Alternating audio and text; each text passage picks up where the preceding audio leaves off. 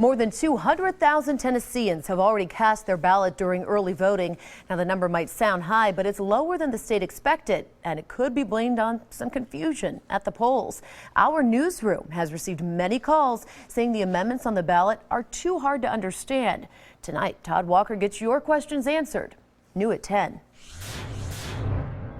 So you have heard the issues for a long time now. You've done your research and you've decided that you're going to either vote yes or no on whatever issue it is, and then you get to the ballot box. Wait a minute.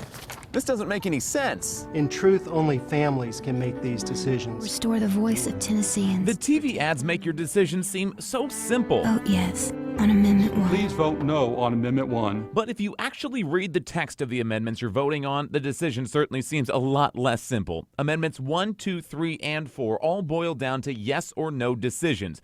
But before you mark that box, you have to wade through plenty of legalese, which can make it seem much more complex. These amendments have to pass a legislature full of 132 members, so they tend to get longer as you address every single problem. State Senator Brian Kelsey is sponsor of 2 of the 4 amendments in this election. Amendment 2 would make state judges appointed by the governor, and voters would have to vote to retain them. And Amendment 3, which would permanently ban a state income tax.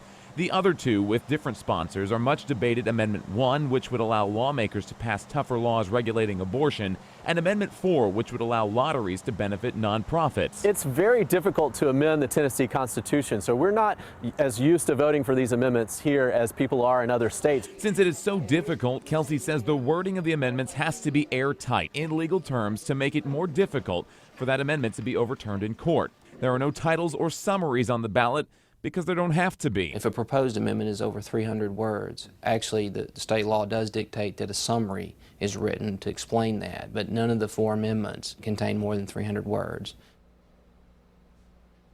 And then complicating the vote even more, an old rule which says for a constitutional amendment to pass, the total vote has to have more votes in it than half of the total number of people who voted in the governor's race, plus 1 vote. Senator Brian Kelsey says that can lead to creative voting patterns, and he hopes an amendment doing away with that rule will be his on the next ballot.